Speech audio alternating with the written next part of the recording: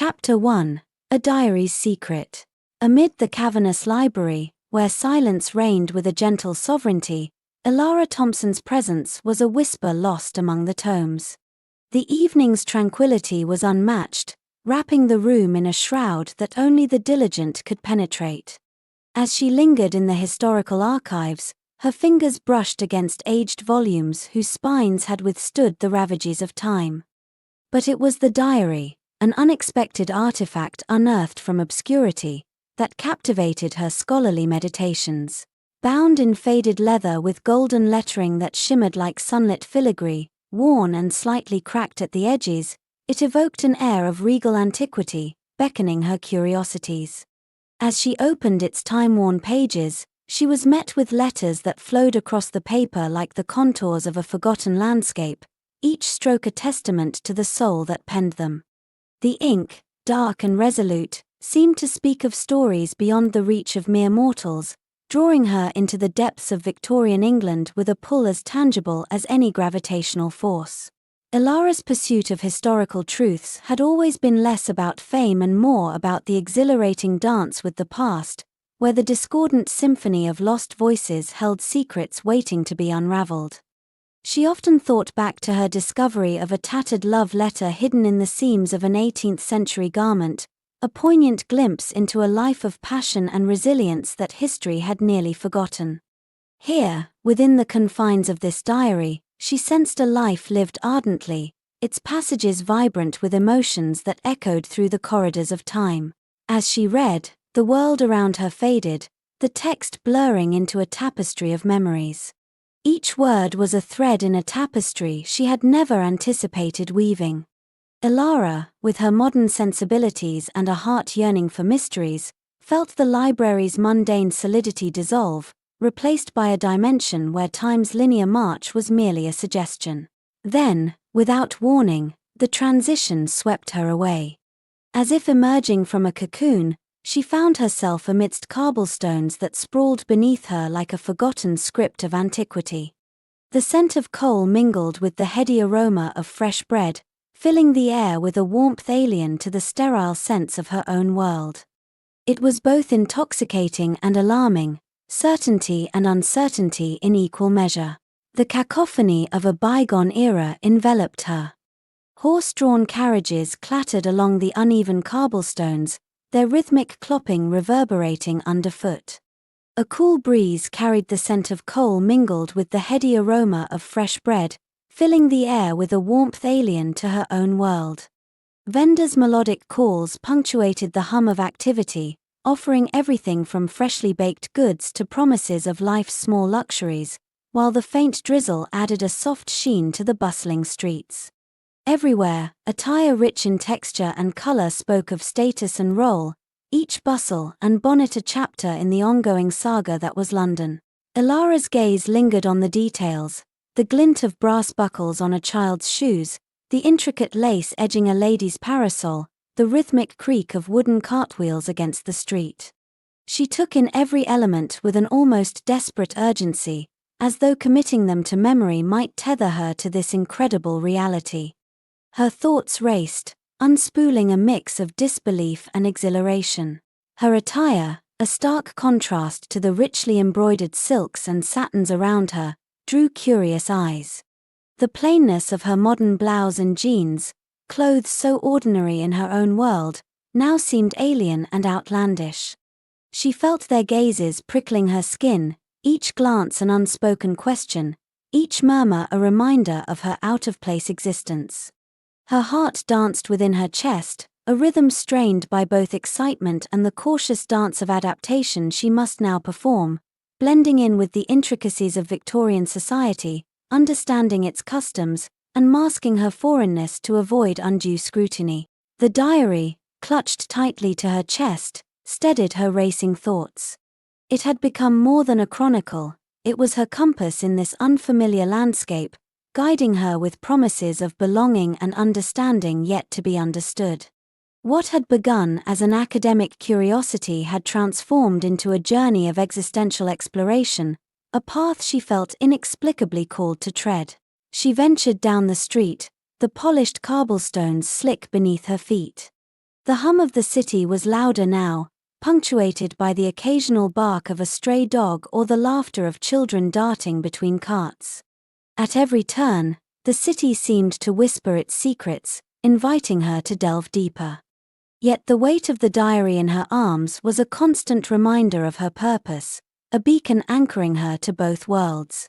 In this moment of disorientation, she collided with a figure that seemed, by fate's design, to possess a familiarity at odds with reason. There was something in his posture, an air of quiet confidence and a gentleness in his expression, that stirred a distant memory she could not place. His eyes, clear and inviting, met hers with an intensity that spoke unspoken volumes. His attire marked him as a man of this age, yet there was a modernity in his gaze, a knowingness that transcended time. "My apologies," he offered, voice warm as a comforting embrace, laced with curiosity and discovery, two emotions she knew all too well.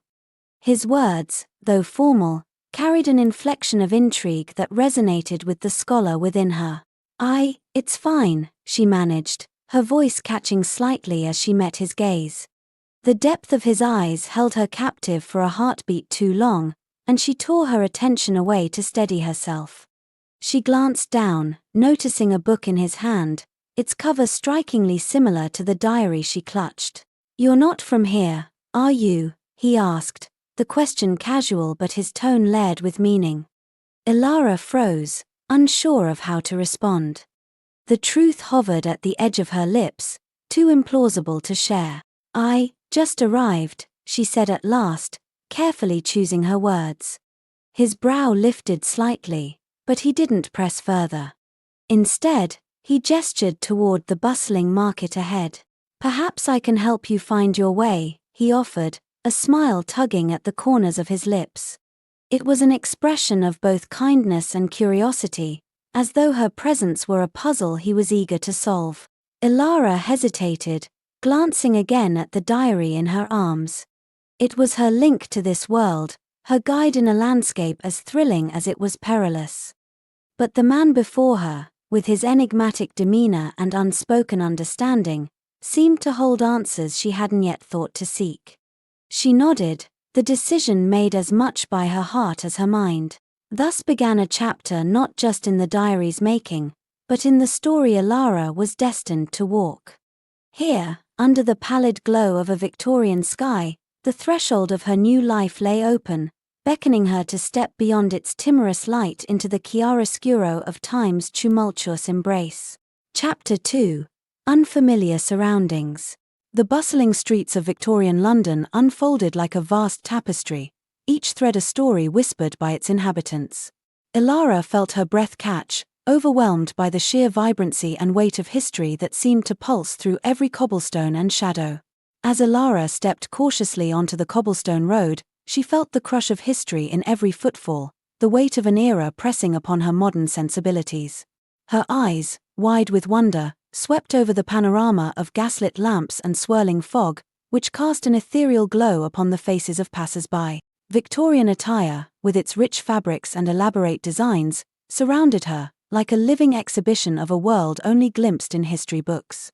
Her gaze lingered on the intricate beadwork of a passing lady's gown, shimmering like dew under the gaslight, and the sharp pleats of a gentleman's topcoat that hinted at meticulous craftsmanship. The beauty and precision of these garments stirred a sense of awe within her, but also a pang of unease, as if each detail underscored how deeply she stood apart from this world. These details, both foreign and mesmerizing, made the scene feel surreal. The clatter of hooves and the rattling carriages mixed with the soft murmur of voices engaged in trade and conversation, a symphony that seemed to hum in her very veins. Elara was acutely aware of how her clothing, a modern ensemble intended for comfort rather than Victorian decorum, set her apart in stark relief. Her heart quickened, not merely from the fear of discovery, but from an exhilaration that mingled with sheer terror. Here, in this world where she was both spectator and participant, she had become an echo of the age. Breathing in deeply, she caught the sense of a city, the mingling of baked bread, burning coal, and the indefinable timbre of humanity living in close quarters. Her senses, heightened by the unfamiliarity, prompted her to seek out the diary nestled against her chest beneath her jacket. It felt like a lifeline, its aged leather and enigmatic contents grounding her amid the surreal chaos of this new world. Holding it close, she felt both a sense of purpose and a bittersweet connection to her modern identity, a fragile thread linking the familiar to the extraordinary. It remained her tether to the only reality she had known. Determined to blend in, Elara embarked on an impromptu exploration, her scholarly heart guided by curiosity as much as survival. She navigated the crowds with intentional stealth, borrowing mannerisms and snippets of overheard conversation. It was essential to observe, to learn quickly if she was to maintain anonymity in this densely interwoven society. Her steps led her toward a quaint tea room, its window filled with delectable pastries that seemed to tempt both palate and pocket. The soft chime of a shop bell greeted her as she crossed its threshold, and she was enveloped in warmth and the scent of fresh steeping leaves. Inside, Victorian ladies and gentlemen, nestled in quiet camaraderie, sipped from delicate china and exchanged news of the day with an unhurried grace. Snippets of conversation floated through the air, a gentleman speculating on the progress of a new railway, and a lady recounting the latest scandal from the court. Elara felt a mix of intrigue and intimidation as she listened, their discussions a vivid reminder of the complexities of this world that she was just beginning to grasp. A young child, perched politely beside his mother, fidgeted with a silver spoon, his curiosity barely contained as he eyed the colorful pastries on the next table. Elara chose a modest table in a shadowy nook, from where she could absorb her surroundings unobtrusively. A waiter with impeccable manners and a knowing smile took her order, Earl Grey, to ground her racing thoughts with familiarity. As the gentle strains of a pianoforte drifted from a distant corner, Elara allowed herself a moment's respite. The delicate melody seemed to wrap around her, calming her nerves even as it deepened her awareness of being out of time, a lone thread woven into an intricate, foreign tapestry. Her mind constructed an elaborate puzzle, each piece a newfound detail of this time, this place, and its people. Yet amidst the reflection, an unexpected calm settled over her, whispering that perhaps, the past held answers she had yet to seek. But peace was a fragile comfort. Her reverie shattered when the entry bell jingled anew, heralding a figure of striking simplicity amidst the elaborate adornments. Lucian Fitzhugh stepped inside, his gaze scanning the room until it settled on her, alight with recognition beyond what their brief encounter could warrant. To Elara, his demeanor exuded a mix of curiosity and familiarity, as though he carried the weight of an unspoken understanding that both intrigued and unsettled her. To Elara, his recognition felt both unnerving and strangely comforting, as if he saw through the layers of time that separated them. In that moment, as if orchestrated by the diary's curious magic, everything, his world, her place in it, and theirs yet unwritten, formed a connection impossibly deep for a stranger. Lucian approached with the purposeful stride of a man accustomed to the comfort of ideas rather than the clamor of society. "Miss," he greeted, his voice a dulcet timbre that cloaked the weight of inquiry beneath the veneer of politeness. "It seems fate has a sense of humor to cross our paths once more." Elara's lips curved in an involuntary smile, her heart dancing a rhythm born of intrigue and undeniable attraction. "Indeed," she replied, the single word carrying layers of meaning unspoken but deeply understood. The diary, close to her heart, thumped in time with her pulse. And as Lucian took his seat across from her, their world quietly narrowed in focus, framing a future only hinted at in whispered secrets of time's uncharted corridors. Chapter 3: A Chance Encounter. In the golden glow of midday, the quaint tea room served as a sanctuary amidst the bustling life of Victorian London. Outside, the chaotic symphony of a city at its height resonated through the cobblestone streets, the jingle of carriage harnesses, the murmur of passers-by cloaked in rich brocades, and the distant call of vendors plying their wares. Inside, however, the world was hushed into a gentle murmur, a tinkling of fine china and quiet laughter suspended in the fragrant air. Elara found herself at a small table, isolated but far from alone. Around her, patrons indulged in genteel rituals, sipping blended teas and nibbling on confections that seemed almost too lovely to consume. Elara's fingers played absent-mindedly at the frayed edges of her notebook, a tangible connection to the world she had known, now pages in history's expanding tome. In contrast to the vibrant, enigmatic presence surrounding her, the notebook felt like a relic of stability, a testament to her former life as a scholar.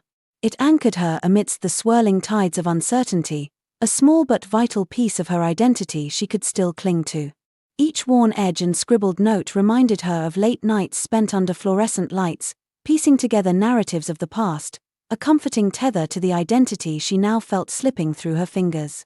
Her thoughts, however, were locked in a curious dance, flitting between the marvel of scientific wonders she'd glimpsed in Lucian Fitzhugh's world, mechanical contraptions that seemed to defy the era's limitations and blueprints sketched with the precision of dreams, and the daunting enigma of her own sudden displacement in time. The tea room's warmth seeped into her, easing the tension coiled in her shoulders as she sipped her tea, savoring its familiar politesse. She sensed eyes upon her, a subtle prick against her skin that spoke of intrigue rather than intrusion.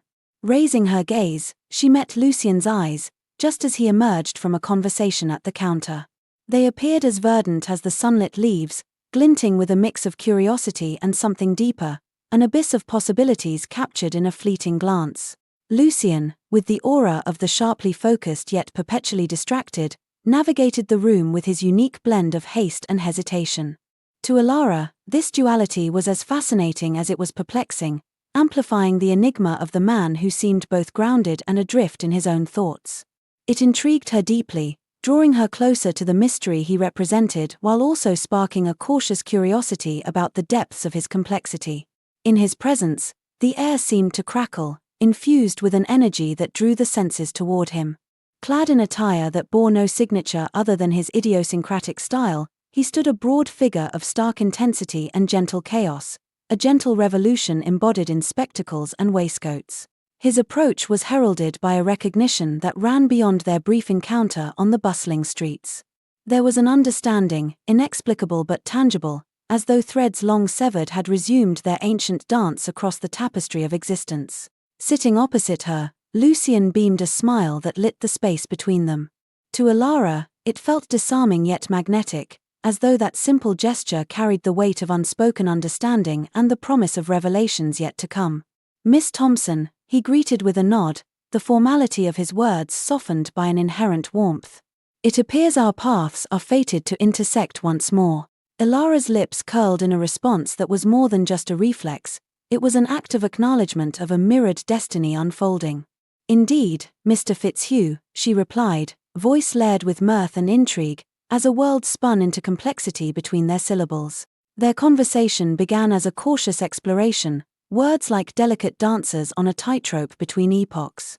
But the path quickly widened, a broad avenue of shared musings and gentle banter formed between intervals of tea sips and shared silence, unbroken but profoundly understood. "Tell me," Lucian leaned forward slightly, his gaze an intensity of focus rarely gifted. "What brings you to our time, Miss Thompson? Your presence here, while welcomed, is quite the puzzle." Elara hesitated, the truth a fragile construct she was still piecing together herself. With a careful choice of words, she shared glimpses of her truth, adorned with metaphoric shadows and opaque suggestions, a historian misplaced, seeking the hidden lattice of past and present. She spoke of doors left ajar, time as a woven thread unraveling, and her pursuit of history as a symphony she longed to hear more clearly, each note vibrating between curiosity and trepidation. Lucian seemed to grasp her situation with an intuitive comprehension that spoke volumes of his mind, a restless invention factory forever in search of understanding, perpetually whirring with ideas. This ceaseless curiosity seemed to shape his acceptance of her opaque revelations, as though his need to explore extended even to the enigma of her presence. It was the same unrelenting drive that fueled his ambitions for innovation, a restless search for connections and truths that might redefine the very fabric of their world. "London is a city of secrets," he mused, allowing his voice to carry the weight of enigma. "But even the deepest secrets can find the air beneath your wings given the right conditions." His words resonated within Elara as they dived deeper into conversation, the passage of time marked not by the hands of her dislocated watch but by the rhythm of discoveries shared between each look and pause. As the day surrendered softly into the afternoon, the tea room emptied, leaving them in a world comfortably intimate, where dialogues transformed into narratives and histories became personal stories. They spoke of ambition, fragile and immense. Lucian's dreams of change and innovation seemed to breathe as living entities between them, shaping a new world in their shared imaginations. He spoke of a device that might harness steam more efficiently than anything currently known, envisioning a future where travel and industry moved in seamless harmony, a world propelled by ingenuity rather than inertia. Elara, in turn, spoke of eras past, her voice weighted with the allure of time travel and the exquisite dangers of unlocked doors. Yet, in Lucien's presence, the chaos of centuries seemed less daunting, the threads weaving her life into his part of a broader tapestry. And what of love? The question escaped Lucien's lips as an afterthought but hung between them like suspended ivory. Elara blinked, caught off guard by the intimacy of the query, yet a part of her felt a strange inevitability to its arrival. It was as if the very air between them had been waiting for this moment, charged with unspoken possibilities. To Elara, these possibilities felt like a delicate balancing act, at once hopeful and daunting. They promised connection and understanding but also whispered of risks and sacrifices she might not yet be ready to face. Elara blinked, caught off guard by the intimacy of the query, yet a part of her felt a strange inevitability to its arrival. It was as if the very air between them had been waiting for this moment, charged with unspoken possibilities. Elara, head tilted, considered the weighty simplicity of the query before daring a soft sigh. Her response was woven with an honesty that circled back to hopes and fears unspoken. Among them lingered a hope that love could anchor her amidst the chaos of dislocation, and a fear that opening her heart in this unfamiliar world might sever her last ties to the one she had left behind. This fear, subtle yet persistent, made her hesitate to share too much, guarding her emotions like a fragile artifact, unsure if they could withstand the weight of time's relentless pull. Love, Mr. Fitzhugh, is perhaps the most timeless of all inventions. In that moment, a promise was born. Not vocalized nor written, but carved out in the ink of ancient possibility, a narrative yet to unfold, borne forward by whispers through time. Chapter 4. Bridging Two Worlds. As the late afternoon shadows danced through the streets of London, Elara found herself enveloped in the vibrant hum of the era, each street corner a vignette of history unfolding before her eyes. Yet, the day's discoveries had left her with an acute longing for solace, a sanctuary where questions could find form and answers might begin to whisper back to her. It was with a quickening curiosity that she approached Lucien Fitzhugh's workshop, a place she had heard much about but had yet to experience fully. The workshop stood at the end of a quiet lane, its facade unassuming and shrouded by ivy, hinting nothing of the wonders held within. Elara hesitated briefly, her hand wavering at the door's weathered handle. Stepping inside was like crossing a threshold into another world, where the constraints of time and space seemed to blur and dissolve at the edges. Wonder filled her, mingling with a subtle thread of trepidation as she took in the unfamiliar sights and sounds. Each step carried the weight of discovery and the uneasy thrill of stepping beyond the boundaries of her known reality. Once within, the room unfurled before her like a tapestry woven with the threads of countless inventors' dreams. Every surface bore materials of industry and inspiration, blueprints splayed out like whispered prophecies, gears and levers arrayed in complex constellations, and in the center of it all, a partially assembled device resembling a skeletal clock, its intricate brass components poised mid-motion as if awaiting the spark of creation, a symphony of mechanical potential waiting for breath, for life. Lucien was there amidst his creations, a solitary figure bathed in the warm glow of lamplight. Elara was struck by the quiet intensity of his focus, the way his hands moved with deliberate precision as though weaving life into the mechanisms before him. There was a passion in his eyes that seemed to mirror the flicker of the lamplight, a boundless curiosity that made him seem both deeply grounded and endlessly aspirational. His presence dominated the room as naturally as the ticking clocks on the shelves, a man of infinite focus and unspoken passion, deeply enmeshed in dialogue with his ambitions. On seeing her, a warmth touched his features, an alchemy of relief and delight. Elara, he greeted, setting aside his tools with a practiced nonchalance. Welcome to our little corner of madness. The term madness seemed apt, she thought, stepping tentatively into this new realm. Here, the familiar world gave way to new laws of possibility, where gravity and ingenuity conspired in tandem. She took in each detail with a hunger born of mingled fear and thrill, for though the world proved unfamiliar, its language was one she longed to learn. I've dreamt of places like this, Elara murmured, her fingers trailing across the smooth wood of a workbench, alive with the pollen of potential yet unrealized. Your world, it defies everything we've come to accept. Lucian chuckled, a low sound filled with affection. And yet, it is the reality we choose, yes? The limits of the known and the fancies of what might be. Both are essential. He gestured for her to join him, setting down gently on a pair of mismatched stools. Around them, the workshop hushed to listen as they began to sketch the contours of invention and influence. Lucian's ambitions were gravitational, they pulled histories and futures together. He spoke of engines driven by water, machines harnessing the arcane language of electricity before it swelled to capacity. Why do you hide such brilliance? Elara posed, the weight of his silent labor heavy between them. Lucian paused, his gaze dropping momentarily to the sketches scattered across the table. A faint shadow crossed his face before he replied, his voice tinged with both resolve and vulnerability. Society is slow to embrace the unordinary, he said, the words measured as though unearthing a truth he had long carried alone. Society is slow to embrace the unordinary, he replied. And fear often stifles innovation more effectively than ignorance. Our time is not yet ready, not as a whole. Their dialogue danced through the hours, punctuated by sketches on paper, theories spun of intrepid curiosity. Together, they navigated a veritable bridge between centuries. Lucian's hands animated the spirit of future endeavors, while Elara's insight sharpened the gaze backward, ensuring the pathways were clearly charted. At one point, they collaborated on a blueprint for a device Lucian envisioned, a water-powered printing press capable of producing intricate diagrams and texts at unprecedented speeds.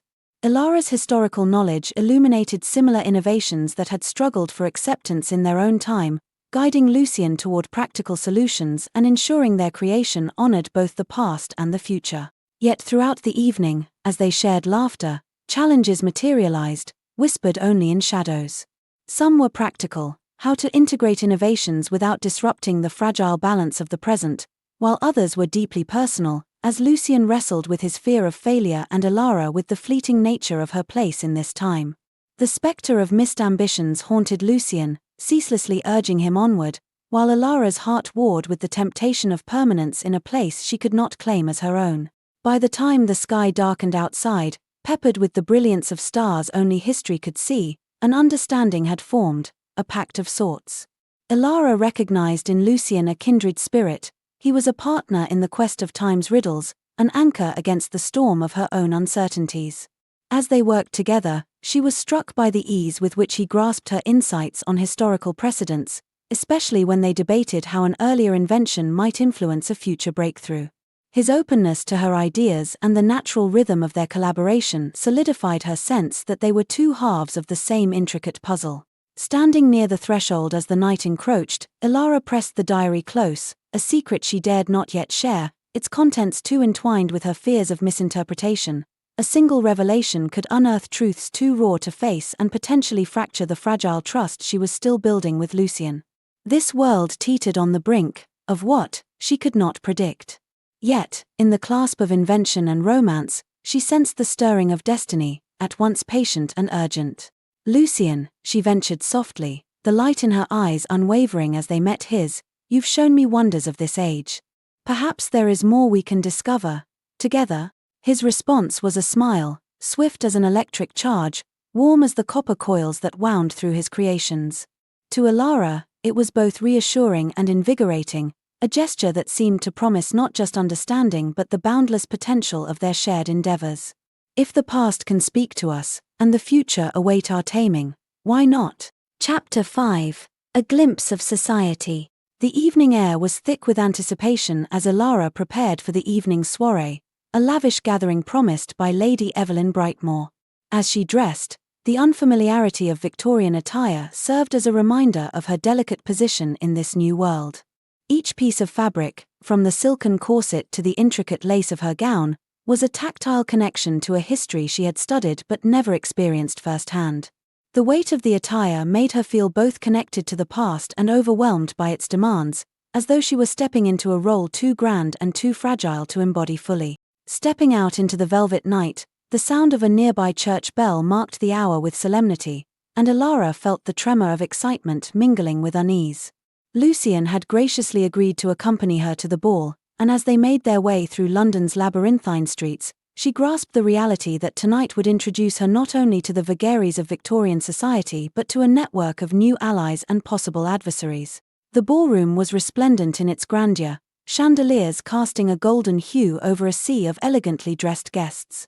Elara's gaze lingered on the chandeliers themselves, their crystal facets catching the light like tiny captured stars, and a woman nearby in an emerald green gown whose intricate beadwork shimmered with every movement.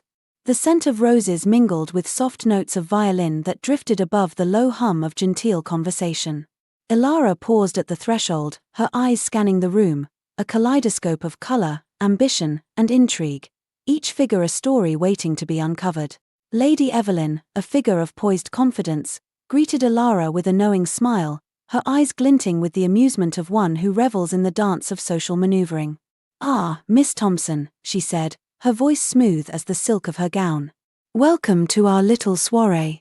I trust you will find the company as stimulating as our dear London air." Elara returned her greeting with a polite nod, trying to ease the butterflies that fluttered beneath her sternum. She was acutely aware that tonight offered not only entertainment but opportunity, a chance to establish herself in a society that demanded both wit and charm as the currency of its exchanges. Beside her, Lucian exuded an air of relaxed composure, his presence providing a comforting anchor. He navigated through introductions with the ease of one born to such moments, while Elara absorbed each detail, the subtle hierarchies of gesture, the unspoken rules that governed this world of refinement and illusion. As the night wore on, Elara found herself immersed in a swirl of conversations, each guest bringing a perspective she found both fascinating and formidable. There was Sir Arthur, whose booming laughter seemed to match the size of his waistcoat, sharing tales of colonial exploits that ignited debates on ethics and empire. Then, Lady Marjorie, a quiet observer, whispered rumours that flitted through the room like the evening breeze. Yet, in every exchange, the spectre of Inspector Barnaby Garth loomed, a figure whose suspicious glances seemed to pierce more than just the fabric of her gown. His measured questions carried an almost surgical precision, probing at inconsistencies in her story with a politeness that only sharpened the edge of his scrutiny. Each slight tilt of his head or narrowing of his eyes made her feel as though he could unravel her very presence with a single observation. He was a man of methodical scrutiny, whose questions about her lineage and sudden appearance in their midst were skillfully veiled beneath layers of politeness. Aware of the inspector's watchful eye, Elara set out to navigate the evening with care, each word spoken considered with the precision of an architect constructing bridges of trust. She knew well the precarious balance she walked, a modern woman in a time fiercely protective of its conventions. Her thoughts spiraled to Lucian, who at that moment stood engaged in fervent discussion, his passion evident in every sweeping gesture. It was his world she had entered, his reality she had begun to share. The intensity of his dreams lent gravity to her own aspirations, and in this crowded room, she recognized a kinship that defied temporal bounds. As she moved through the crowd, she glimpsed Lady Evelyn directing guests to form dance sets. The gentle strain of a waltz filled the room, encouraging movement and connection. When Lucian found her amidst the throng, a shared glance passed between them, carrying both a question and a promise. "Shall we?" he asked, offering his hand. Taking it, Elara stepped onto the dance floor, where the world seemed to narrow to just the span of their shared space.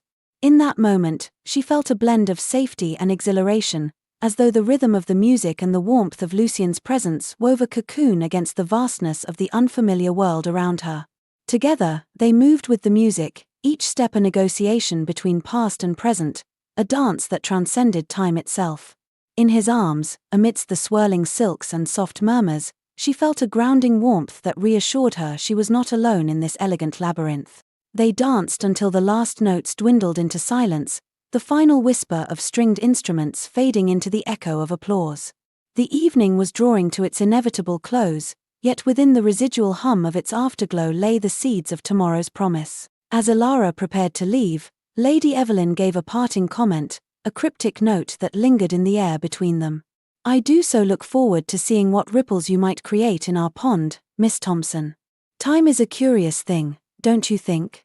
Elara detected an undercurrent of challenge in Lady Evelyn's tone, as though the remark was both an encouragement and a subtle warning, urging her to tread carefully in the currents she was bound to disturb. With those words, Elara knew that the evening had been but a prelude, a taste of the trials and triumphs that awaited her in a world where the whispers of the past resonated with the echoes of legends yet to be written. Chapter 6. Tentative Bonds. In the sanctuary of Lucien's workshop, the world outside faded into the realm of imagination and creation. The dim glow of lamplight cast elongated shadows across the room, turning mundane objects into whimsical apparitions.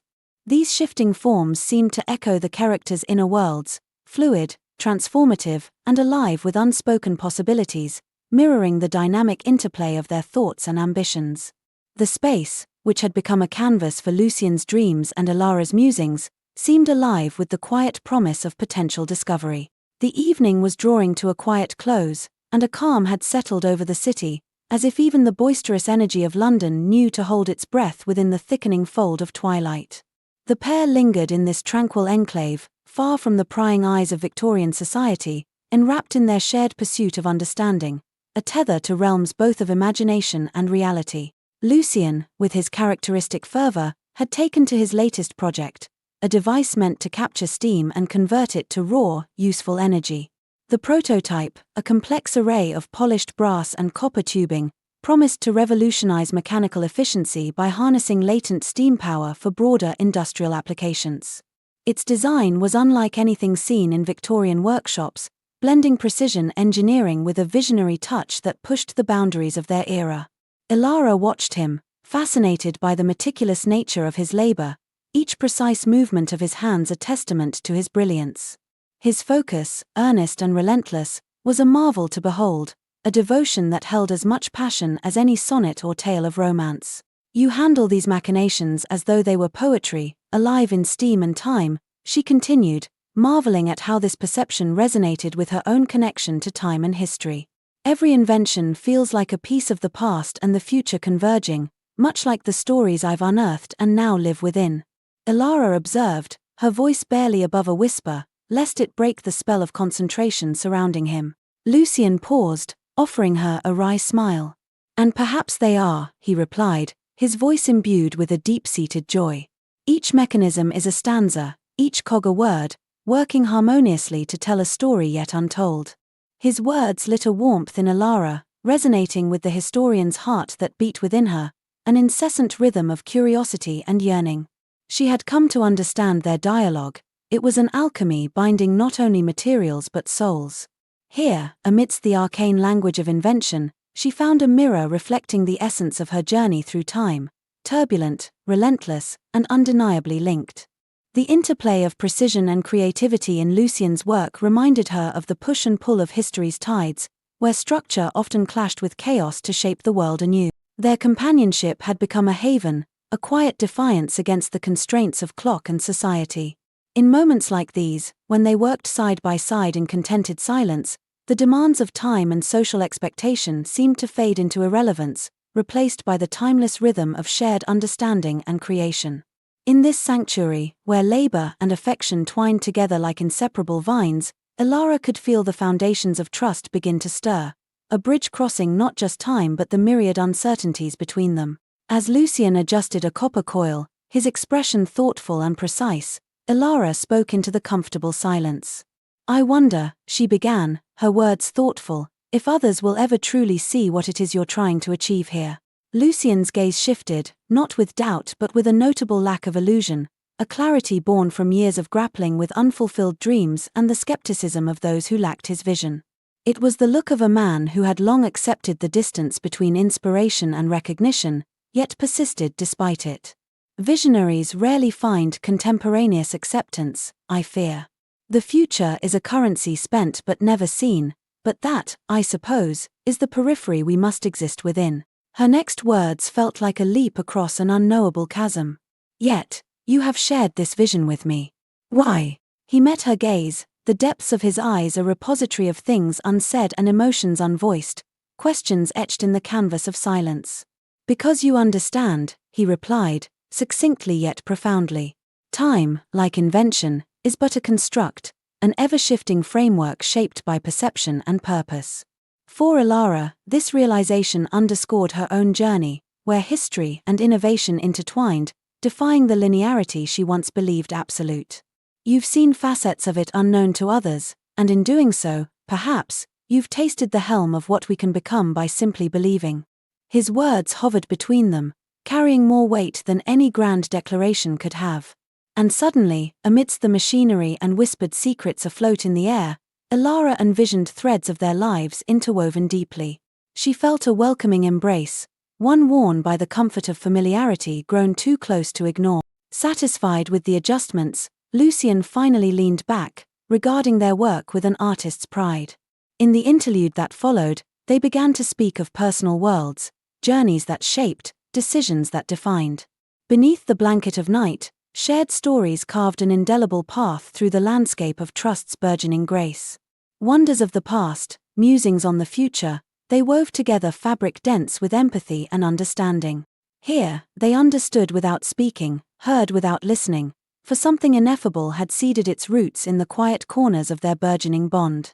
When their hands brushed as they adjusted the same piece of machinery, or their gazes met in mutual realization during a breakthrough, these small moments spoke volumes, forging an unspoken connection more profound than words could capture.